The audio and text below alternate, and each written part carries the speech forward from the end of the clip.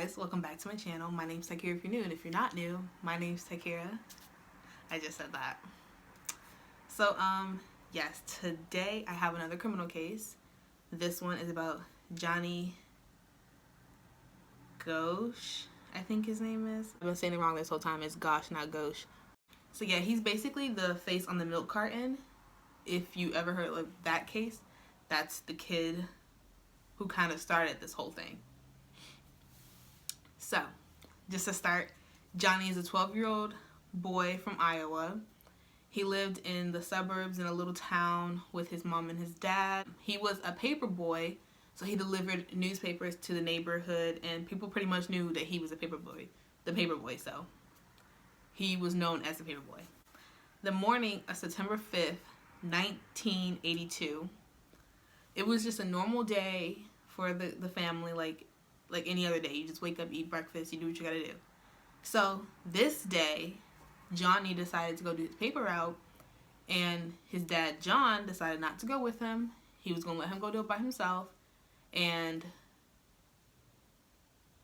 Johnny was later never heard from again. So it was around 6 a.m. and the family, Noreen and John, were receiving calls that the neighbors never received their papers. So obviously, like, Johnny left to take them the papers and they never received it. So they're like, what's up with that? And John goes out to search the neighborhood, and he later finds 2 blocks away from the house, he finds Johnny's wagon or whatever, like with the papers that weren't delivered, and it was abandoned, and Johnny was nowhere to be seen. There were no witnesses. One neighbor claimed to have seen Johnny talking to a man in a Ford Fairmont convertible, and another neighbor claimed that he was just talking to a man in a blue car. So they just knew that he was talking to people, but like they don't know like how accurate these claims are. There was no further evidence to the kidnapping, so no one really knew if he was actually kidnapped, if he ran away. You know, like, I mean, obviously people always try to incorporate the fact that, oh, maybe they ran away. So like there was no actual evidence as to what really happened. About 23 days later, the police were still searching for Johnny, and there was no more evidence. Like, they could not find anything to give them a single hint as to what happened. Noreen, Johnny's mom, tried to keep the case in the public eye, keep people thinking about it, talking about it, like obviously trying to get her son back like any other parent would. And they both, John and Noreen, decided to talk to news stations and papers and get his name out there. And they were in a whole bunch of headlines. They went on TV.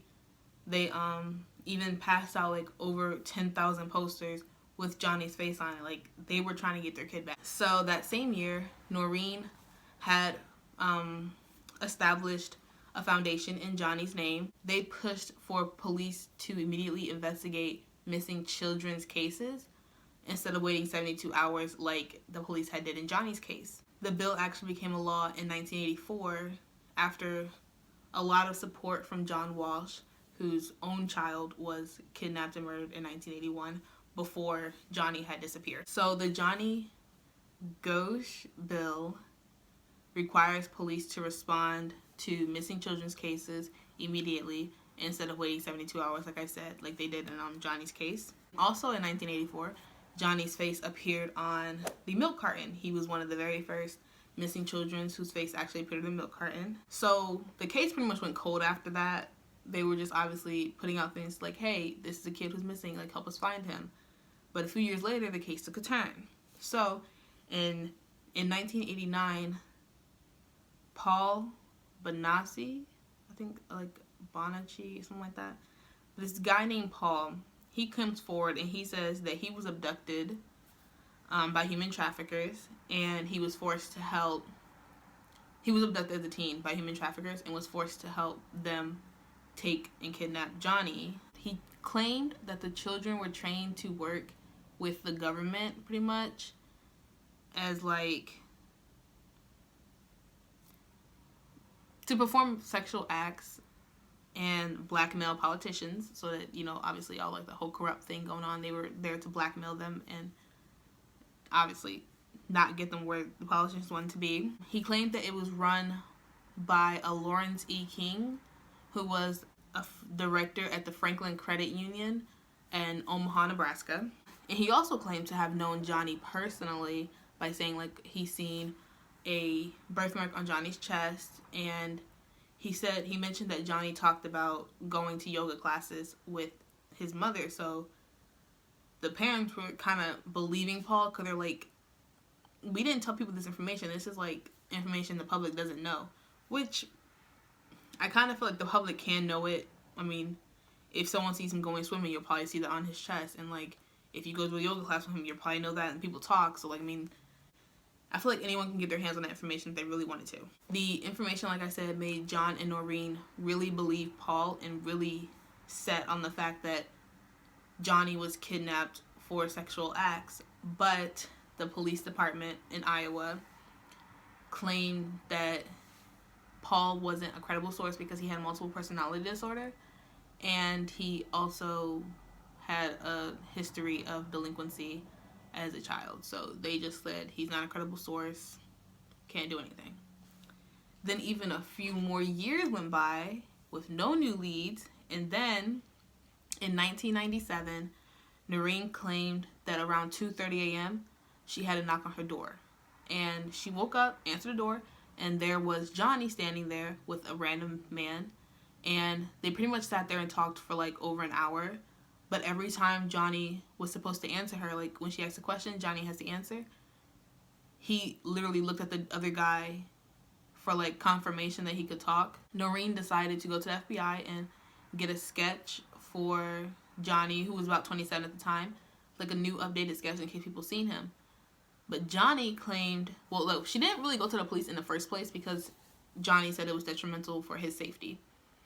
And he's pretty much, this was the guy, I don't know if it was Johnny or not, obviously, but the person's claiming that they're living their identity, like, in the new identity, like, kind of undercover type, because they confirmed that they were in a child, like, trafficking ring, and they still feel like they're not safe. Like, they were released when they got older, but they feel like they weren't safe, which kind of lines up with what Paul was saying. They were in it from young, like 12, 13, until they were teens, and once they hit like a certain age, they were just let go, which makes sense. It lines up with what Paul's saying, but I don't know how accurate it is, because obviously I wasn't there. I don't know exactly how Johnny would look when he's 27. So John, who was Noreen's husband, claimed that he could not confirm whether Noreen was telling the truth or not, or if she became mentally unstable, because that happens. You're like a mother, your child's missing, of course that can happen to you. But he couldn't confirm it because they were divorced since 1993, so like 4 years later, she's making these allegations. He can't really confirm it or not. Then, in September of 2006, Noreen comes home and finds these very disturbing pictures on her doorstep. They're pictures of these kids tied up and gagged and stuff like that. And she claimed that one of the pictures were Johnny, and she just knew it. But later, it was kind of dismissed because the police station in Iowa had received an anonymous letter claiming that it was from 3 boys who had just basically, it was from another case. I'll read, so 2 weeks later it was dismissed, and the Iowa police station that was working on his case kind of sent out an apology letter. Let me read that really quickly. The Iowa police station received an anonymous letter that said, "Gentlemen, someone has played a reprehensible joke on a grieving mother. The photo in question is not one of her son, but of 3 boys in Tampa, Florida, about 1997 to 1980, challenging each other to an escape contest. There was an investigation concerning that picture made by the Hillsborough County of Florida Sheriff's Office. No charges were filed and no wrongdoing was established. The lead detective on that case was named Zalva. This allegation should be easy enough to check out." So they did indeed check it out, and the detective that was on the case did confirm that it was from 3 boys in Florida having a contest, and there was no criminal events taking place. There was no crime that took place. So Noreen, of course, continued to just believe that that was Johnny, and that those pictures, like, they were sent to her for a reason, that that was Johnny, who was in a child trafficking ring, and people were just doing that to taunt her. A lot of people do believe that it wasn't indeed a child trafficking ring taking place, because there were 2 similar disappearances within 4 years of Johnny going missing. In 1984, there was Eugene Martin, who was another paperboy who went missing around the same neighborhood, and he was nowhere to be seen. And also in 1986, Mark Warren Allen was going right down the street to his friend's house, and he was never seen again. So there's a lot of allegations and the little bit of evidence that they do have, and like the obviously similar disappearances, could all support the child predator ring theory. But no one really knows for sure, because the only person who really came forward was Paul, but then he had the multiple personality disorders and delinquent past, which I don't think should totally dismiss it. I think you should still like research it and everything. And there was some things that went on with Lawrence E. King, but people who had like tried to build a case against him were charged for perjury. So pretty much like every time they get like one step ahead, they get like a couple steps back, because I mean, who would feel safe coming back out? Like, that's what's like so concerning, because Paul claimed, and the person who claimed to have been Johnny claimed, that they were taken when they were teens up until they were no longer useful and they're released. Like, that makes me suspicious, because why would they just be released? Like, I feel like someone is still watching them. If this was like true, like that would be my thing. Like, if I was released like that, I would think someone's still watching me, and I would do what that man did and literally not want to go back to my normal life, because I would feel like I'm still not safe. But that's just me. So yes, this case is still unsolved. If that man that went to Noreen's house was indeed Johnny, I do really hope it was Johnny, because I mean, he's safe and everything. But pretty much that case just went cold. No one really knows what happened to him, what exactly happened to him in that time. We all like have the theory of it was a trafficking ring, but that's just a theory. We don't really have like hard evidence to go against it.